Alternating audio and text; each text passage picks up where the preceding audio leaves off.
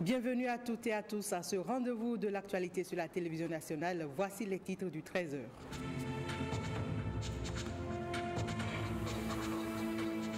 Sommet extraordinaire de l'UEMOA, le chef de l'État Patrice Talon a participé aux côtés de ses pairs aux assises qui ont connu l'examen de plusieurs sujets d'actualité.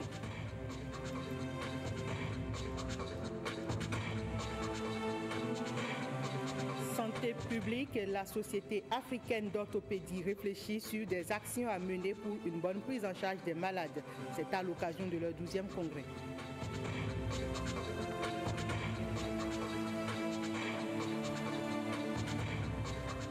Centenaire de Kaba, les festivités se conjuguent désormais au passé. L'apothéose a eu lieu dans la cité des Nantos avec 72 heures d'activités culturelles. Voilà pour le sommaire, mesdames, messieurs, bonjour. Les chefs d'État de l'UEMOA se sont réunis hier lundi à Abidjan. C'est à la faveur d'un sommet extraordinaire organisé à l'initiative du président ivoirien Alassane Dramane Ouattara, président en exercice de la conférence des chefs d'État et de gouvernement de l'Union économique et monétaire ouest-africaine. Le président de la République, Patrice Talon, et ses pairs ont examiné à cette occasion l'essentiel des dossiers inscrits à l'ordre du jour de cette réunion. Et parmi les dossiers inscrits au menu de ce sommet extraordinaire figure en bonne place la désignation du nouveau président de la commission de l'UEMOA. Au thème de leur huis clos, les chefs d'État ont jeté leur dévolu sur le Nigérien Abdallah Bouraïman, qui prend ainsi la succession du Sénégalais tchèque Radjibou Soumaré à la tête de la commission. Le point complet de ce sommet, ce sera à suivre dans nos prochaines éditions. Ouverture des travaux de la première session ordinaire du Parlement ce lundi à Porto Novo, en présence du président de l'Assemblée nationale du Burkina Faso. La cérémonie empreinte de solennité a été l'occasion pour l'hôte de l'Assemblée nationale du Bénin d'insister sur la nécessité du renforcement de la coopération interparlementaire à l'échelle de la région ouest-africaine. Guillaume Avienou, Patrick Nimavo. Salifou Diallo, président de l'Assemblée nationale du Burkina Faso au Parlement béninois pour la cérémonie d'ouverture de la première session de l'institution au titre de 2017. Le président du Parlement burkinabé vient évoquer la possibilité du renforcement de la coopération interrégionale entre les parlements ouest-africains. Une région de plus de 300 millions d'habitants, de plus en plus exigeant en matière de gouvernance. Nous disons que l'Afrique doit se bâtir dans la solidarité. La solidarité au sein des peuples, la solidarité au-delà des peuples entre les États africains, la solidarité de partage. Personne ne pourra s'émanciper seul en Afrique. Personne ne pourra vaincre seul dans nos États. C'est pourquoi il faudrait que la démocratie institutionnelle s'accompagne de la démocratie sociale. Un message auquel le Parlement béninois semble être très réceptif. Pour cette première session ordinaire, 67 dossiers sont inscrits à l'ordre du jour. Les travaux s'ouvrent au lendemain du rejet par l'Assemblée nationale de la recevabilité du projet de modification de la Constitution souhaité par l'exécutif. Un rejet qui traduirait, selon Adrien Oumbedi, l'attachement du peuple béninois à sa Constitution. Un attachement trop poussé qui ne favoriserait pas la mise en chantier de nombreuses réformes. Je crois sincèrement que nous aurions pu profiter de l'opportunité que nous offrait le projet de révision pour engager et faire aboutir ces réformes-là dont chacun reconnaît la nécessité. Je garde l'espoir que la fièvre tombée, notre peuple trouvera un jour les voies qui lui permettront d'accomplir les réformes constitutionnelles indispensables à son développement. Ces travaux de la première session ordinaire de l'année interviennent après 3 sessions extraordinaires ayant consacré le vote d'une dizaine de lois. Certaines propositions de loi dont les études ont démarré pendant celle-ci devraient connaître leur sort à la faveur de la présente session qui dure 6 mois. 2 discours ont marqué la cérémonie d'ouverture de cette première session ordinaire du Parlement, celui du président de l'Assemblée nationale du Burkina Faso et celui de son homologue du Bénin. 2 discours diversement appréciés des personnalités présentes à la dite cérémonie. On les suit. Le président de l'Assemblée nationale du Bénin a fait un très beau discours, un discours contextualisé, un discours rassembleur, un discours qui donne de l'espoir au peuple béninois. Le Parlement est serein, le Parlement fait son boulot et le Parlement est impartial. Il fait l'étude de façon républicaine. Donc je trouve que le discours reflète exactement la figure de l'Assemblée nationale. Il a aussi fait allusion à la situation de l'heure et tout ce que nous faisons à l'Assemblée nationale. Il a su bien dire que le Bénin étonne et que nous sommes toujours un exemple. Le président de l'Assemblée du Burkina nous a parlé de comment la démocratie béninoise marche bien et nous a encouragés à continuer d'œuvrer dans le consensus national pour sortir toujours grand le peuple béninois. Un discours qui montre l'importance du député dans la nation. Un discours qui a présenté quand même tout ce qu'on a fait au cours de la session dernière, qui montre quand même que le député fait énormément de choses. Malheureusement, ce que le député fait n'est pas très bien compris. Le président du Parlement béninois, Maître Adrien Mbedi, a été vraiment honnête dans son discours. Et que pensent les populations sur les soupçons d'achat de conscience des députés lors de l'examen du projet de révision de la Constitution? La question, nous l'avons posée à certaines personnes et voici ce qu'elles répondent. Il faudrait que les gens essaient de toujours circonscrire le contexte. Quand on est en politique, rien ne vient au hasard. Et on ne donne pas des déclarations pour plaire à quelqu'un. Dans le champ politique, chacun a toujours un intérêt qu'il vise. Même si il est avéré que l'argent est circulé. Aujourd'hui, quand la doyenne d'âge, Rodine Soglo, affirme cela, c'est sûr qu'elle a des preuves. Et comme nous sommes dans une république, que des investigations soient menées et qu'on sache de quel camp. Est-ce que l'argent a quitté le camp des anti-révisionnistes ou bien le camp des pro-révisionnistes? Si vous prenez en compte tout ce qu'elle dit là, vous avez fait de mauvais sang. Si déjà en commission, elle a voté pour cette même loi-là, pourquoi en plénière elle dit non? Alors là, elle a voté pour qui? Pour ceux-là qui sont en train de dire qu'ils ne veulent pas. Donc elle est allée de ce côté. Donc alors l'argent là a quitté où? C'est elle va nous dire là où l'argent a quitté. Par rapport aux accusations, je ne sais pas pourquoi certains députés se sont chauffés le sang. Selon moi, on dit souvent que c'est le cœur du voleur qui bat. Mais si je sais que je n'ai rien pris, ça ne me dira rien. C'est ce qui se passe à l'Assemblée nationale là. Ce qui se passe là, c'est ça. Mémé a dit tout haut. C'est ce que moi je comprends. Mémé, dans son intervention, a dit que l'argent a circulé. Maintenant, de quel côté l'argent a circulé, moi je ne sais pas. Puisque dans la commission des lois, dans un premier temps, maman a voté pour. Maintenant, à la plénière, maman refuse de voter pour. Et c'est au cours de la plénière maintenant qu'elle dit que l'argent a circulé. Donc certainement, moi, j'ai déduit que c'est du côté de ceux qui veulent aller contre et la recevabilité, là, que c'est de leur côté que l'argent est sorti. Pourquoi maman a lâché le mot et a dit que l'argent a sorti? Cotonou abrite les 13 et 14 avril prochains une rencontre de la zone Afrique de la Fédération internationale pour la sécurité des usagers de l'électricité visuelle en abrégé.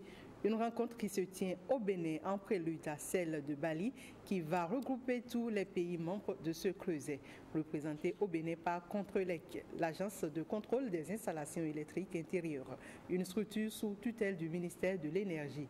À quelques jours de cette rencontre, le directeur général de Contrelec nous parle de sa structure et de la rencontre de Cotonou.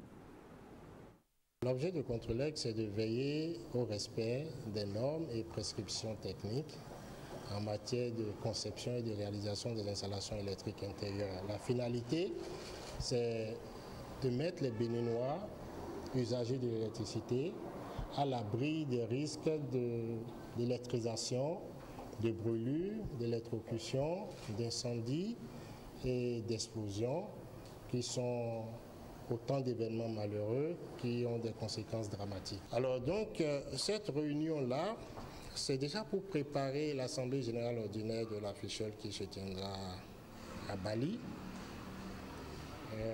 Donc il est nécessaire que nous les Africains, nous nous retrouvions avant cet événement, faire le point d'exécution des recommandations de la dernière réunion, et préparer Bali, savoir les idées fortes derrière lesquelles nous comptons nous aligner. Je vous annonce que le Bénin est l'un des membres les plus actifs au sein de l'Afrique-Suel et au sein du groupe de travail africain. Bientôt, le bureau du conseil d'administration de l'Afrique-Suel sera renouvelé. Et nous avons quand même le droit d'avoir l'ambition de prendre un siège au sein de ce conseil d'administration. À l'instar de plusieurs structures étatiques, le port autonome de Cotonou a bénéficié, elle aussi, de nombreuses réformes. Ces différentes réformes ont-elles permis aux poumons de l'économie nationale d'engranger plus d'entrées et de gagner en compétitivité? Élément de réponse dans ce reportage de William Tchoki et Alexis Sebemou. Quelle est cette dame-là? Elle est venue, elle a tout verrouillé et puis les bises qu'on faisait, on ne peut plus les faire.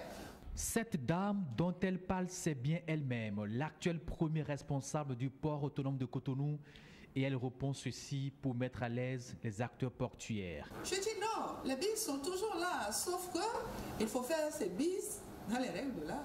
Faire les affaires dans les règles de l'art, c'est le nouveau mot de gestion qu'elle tente d'imprimer à ce fleuron de l'économie nationale depuis l'avènement de la rupture. Avec l'assainissement qui est fait, le trafic a baissé de 8%, mais le chiffre d'affaires a augmenté de 17%. Le port de Cotonou, avec la crise qui frappe la filière des véhicules d'occasion, a reçu un coup, reconnaît la première autorité de l'infrastructure portuaire. Mais les réformes entreprises depuis un an auraient permis de combler le gap. Je prends l'année 2015, le trafic était de 9 350 000 tonnes. Et je prends l'année 2016, où déjà il y a eu la dévaluation du Naira et d'autres faits étrangers. Le trafic est de 8 600 000 tonnes. Vous voyez que la différence n'est pas grande. Mais si on fonctionne en termes de gigantisme des navires, on ne voit pas, il n'y a pas une grande différence. Les actions de bonne gouvernance, de lutte contre la fraude ont donc payé. Mieux, le PAG, le programme d'action du gouvernement, veut donner plus de l'air aux poumons de l'économie à travers la construction d'autres infrastructures. À travers la reconstruction du quai Nord, c'est d'avoir 2 quais au nord susceptibles d'accueillir les gros bateaux. Il n'y a plus d'actes frauduleux au port. La sécurité règne désormais en maître sur la plateforme portuaire, des éléments qui confortent la crédibilité puis la compétitivité du port dans la sous-région ouest africaine. Parlons santé publique à présent avec Cotonou qui abrite depuis hier le 12e congrès de la Société africaine d'orthopédie, SAFO. L'événement réunit plusieurs orthopédistes et traumatologues africains du 10 au 14 avril prochain. Ils échangent et partagent leurs expériences afin de contribuer à l'amélioration de la prise en charge des populations. Le compte rendu de la cérémonie d'ouverture des travaux avec Augustin Baudou et Cécile Moundé. Des États africains en synergie d'action pour réduire les cas d'évacuation sanitaire et offrir des soins de qualité aux victimes des affections traumatologiques. C'est du moins le but visé par cette rencontre des experts chirurgiens, orthopédistes, traumatologues réunis à ce congrès de la Société africaine d'orthopédie SAFO. Durant 4 jours, les réflexions seront focalisées sur les impacts de la traumatologie routière, mais aussi sur les techniques de mobilisation des moyens pour une prise en charge adéquate. Nous sommes confrontés chaque jour aux lésions graves causées par la traumatologie routière et dont la prise en charge nous pose des problèmes aussi nombreux que variés. Nous devrons partager nos expériences pour une prise en charge codifiée et une satisfaction plus efficiente des populations. Pour une bonne exploitation des résultats de ces assises, le Bénin dispose déjà des projets en cours d'exécution pour impacter les populations. Le gouvernement de la rupture, à travers son programme d'action 2016-2021, a prévu d'ambitieux projets portant sur la mise aux normes du plateau technique des centres hospitaliers, la construction d'un hôpital universitaire de référence et l'institution de l'assurance pour le renforcement du capital humain ARCH, qui englobe l'assurance maladie universelle, l'assurance retraite, la formation et les microcrédits aux plus pauvres. Ce congrès de promotion de l'orthopédie et traumatologie a reçu également le soutien des experts chirurgiens européens. Il y a 10 ans qu'a été intronisé Sa Majesté Klamaku Zoku, roi d'Azové. Toute sa cour royale et ses populations s'en souviennent. Cet anniversaire a été marqué de façon particulière le dimanche 9 avril dernier à Azové. L'événement a reçu le soutien de la Fondation œcuménique pour la paix en Afrique, FOPA. Cyprien Lokosu et Évariste Zoumaou étaient de la partie. Quand vous avez beaucoup de fils. Déjà 10 ans de règne pour le roi d'Azové. Sa Majesté Klamaku Zoku. 10 ans de réorganisation du royaume, de règlement des conflits et d'efforts pour garantir la paix à tous les fils de son ère culturelle. Le roi a marqué un arrêt pour saluer la mémoire de ses ancêtres et demander leur soutien pour la suite de la mission qu'ils lui ont confiée. Nous voudrions consacrer ce jour aux cérémonies traditionnelles en hommage à nos ancêtres et à la terre de nos aïeux, puisque notre vie sur terre dépend en partie de leur protection. Ce jour, qui est un jour mémoriable, qui est un jour particulier. Un jour particulier, puisqu'il s'en souvient comme hier, quand les ancêtres lui confiaient la charge. Il semble bien l'accomplir selon les témoignages, et les souhaits pour mieux faire n'ont pas manqué.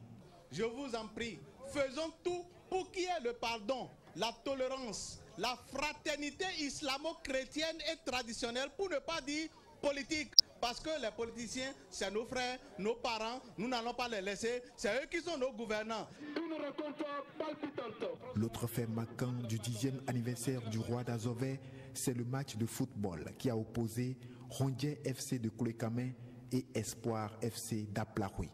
Une façon d'associer la jeunesse d'Azové à l'événement culturel.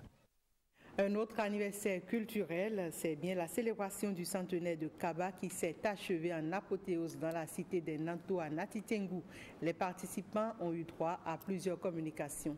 Toujours dans le cadre des manifestations mémorielles, quelques sites de résistance du héros national ont été visités à Tukuntuna.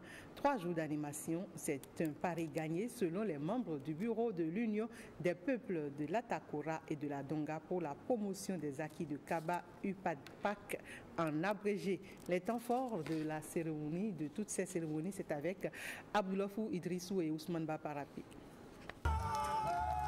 Les manifestations démarrent ainsi sur l'esplanade de la mairie de Natitengu. Quelques tableaux en mémoire du vaillant combattant. Unissons nos voix selon les exigences de nos traditions ancestrales pour la réconciliation nationale. Qu'on réfléchisse sur leur combat pour en tirer les leçons et les enseignements pour les générations présentes et futures. Loin de les célébrer tout simplement, nous le vénérons pour l'importance de son engagement, le courage de son sacrifice. Les autorités à divers niveaux s'accordent à reconnaître les mérites du héros national dont le centenaire de la résistance s'étend sur 3 jours avec au menu une vingtaine de communications. Le cadre environnemental et social de Kaba, c'est au cœur de ces montagnes qui nous entourent qu'est né et a grandi notre héros. C'est aussi dans ces escarpements rocheux qu'il a mené sa résistance près de 3 ans durant. Pour l'immensité du personnage de Kaba, je considère qu'on ne peut pas l'appréhender dans son entièreté rien que dans un document de 15 minutes ou dans un document de 26 minutes. Le cap sera ensuite mis sur Dataori, l'un des sites de retranchement de Kaba et ses guerriers dans la commune de Tukuntuna. Après quelques marches à couper le souffle, les randonneurs marquent une pause pour le recueillement. Quand on entre par ici, on sort à près de 8-7 km de l'autre côté, à Kampori. La délégation repart à Natitengu avec les cendres de Kaba et de ses compagnons. Cette cérémonie marque alors la fin des manifestations officielles du centenaire de la résistance de Kaba. Après 3 jours de manifestations mémorielles à Natitengu et Tukuntuna, les participants au centenaire du héros national Kaba expriment leur satisfaction. Suivez quelques personnalités au micro de Abdoulafou Idrissou et Ousmane Baparapi.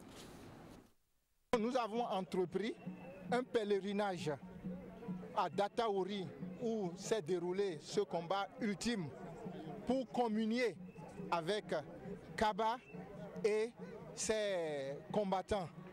C'est donc dit que l'objectif, c'est de montrer que, en réalité, Kaba n'a pas été vaincu. J'ai été très ému par ce que j'ai vu. Nous sommes fatigués par le trajet, mais je crois que c'est un site à valoriser et ce sont des sites plutôt à faire voir à tous les Béninois. Cette commémoration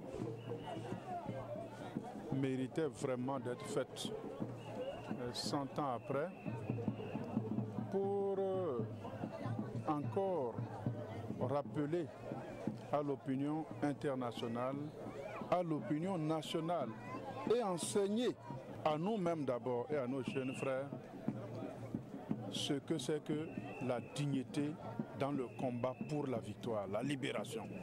Les 2 principales activités majeures qui ont été menées, c'est d'abord l'organisation d'un colloque sur la résistance de Kaba.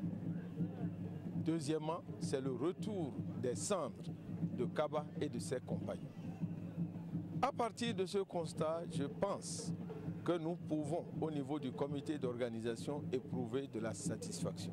D'autant plus que nous avons constaté qu'il y a eu une mobilisation des populations de l'Atakura et de la Donga autour de cette cause. Un public reportage à présent. Canal Plus s'agrandit. Il a procédé à l'ouverture de ses portes dans un quartier de Cotonou. La cérémonie a eu lieu ce lundi en présence du directeur général et du chef quartier. Mylène Fanou et Petroni Lokoso pour le point. Canal Plus au plus près des habitants de Segbeya. Cette nouvelle agence vient pour satisfaire les besoins particuliers des abonnés. Notre nouveau Canal Plus Store Segbeya, qui, en plein cœur de Akpakpa, va faire découvrir l'intégralité des contenus sportifs qui sont disponibles dans nos bouquets, cinéma ou divertissement. Et ensuite, nos vendeurs seront les plus à même de leur proposer l'offre qui est la plus adaptée à leurs besoins. Cette agence est l'une des premières en son genre au Bénin, avec des spécificités propres. Le Canal Plus Store dans lequel nous nous trouvons aujourd'hui est très différent de ceux que nous avons jusqu'à aujourd'hui. Vous avez au centre de la boutique une table d'expérimentation qui a pour objectif de faire essayer nos produits, faire découvrir nos services à nos abonnés. Ils vont pouvoir eux-mêmes utiliser un smartphone, une tablette, la télécommande du décodeur et tester les contenus qui sont proposés dans les bouquets Canal+. Avec un smartphone ou une tablette, ils vont pouvoir utiliser MyCanal, qui est donc le service que nous avons lancé il y a un peu plus d'1 an, qui va permettre à nos abonnés de regarder leur contenu en rattrapage, donc de pouvoir revisionner un film, une série qui est déjà passée à la télévision. Je suis très contente parce que d'habitude j'allais à Misebo pour aller faire le réabonnement, mais comme Canal Plus est proche de moi maintenant, je suis tellement contente. Même le jeudi passé, j'étais ici pour faire le réabonnement. Canal Plus se rapproche ainsi de sa clientèle en ce mois d'avril en baissant le prix de son décodeur. Une note de sport, le tournoi TIC est lancé ce samedi au stade général Mathieu Kérékou. L'équipe du ministère de la Communication et de l'économie numérique a défait Canal Box, tandis que l'équipe de la Poste a subi la loi de Nagra FC, la formation de l'Office de radiodiffusion et télévision du Bénin. Le reportage est signé Ghislain Pouguet, Hugues Zounon. Domination territoriale du ministère de l'économie numérique et de la communication dès l'entame de la rencontre. Les hommes du ministère sont vite récompensés. Ils ouvrent le score, 1-0. Canal Box tentera de revenir, mais en vain. Ils encaissent même un deuxième but. Score final, 2-0. En conférence d'après-match, les 2 capitaines analysent. On a vraiment déçu. Notre attaque, il n'a pas fonctionné. De notre côté, nous avons suivi ce que le coach a dit. C'est ça qui a fait que nous avons pu marquer un deuxième but. et de gagner ce match. Juste après le premier match, Nagra en bleu défie l'équipe de la Poste. L'affiche de la soirée tourne à l'avantage de Nagra. Rodrigue Foumen est l'auteur de l'unique but de la partie. L'équipe de l'RTB a joué le match le plus abouti depuis 6 mois. Elle a été solide défensivement et très efficace offensivement. On avait à cœur d'abord de bien commencer le tournoi. Commencer par une victoire, elle est acquise. L'équipe est partie pour être d'abord costaud derrière, construit de derrière en fait, sécuriser et puis saisir les opportunités qu'on a pour marquer. Ce qui a été fait et on a continué la solidité dans la défense et de régler quelque peu le milieu. On a fait un mauvais match. Nous avons encaissé le but au plus mauvais moment et on n'a pas su se relever. Nagra, grâce à sa première victoire, vient de faire un grand pas vers la qualification.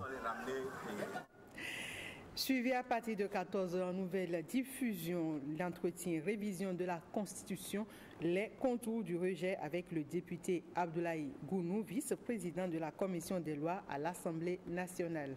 Mesdames, Messieurs, ainsi s'achève cette session de l'actualité sur la télévision nationale. Merci pour votre aimable attention et bonne suite de journée, toujours en compagnie des programmes de la télévision nationale.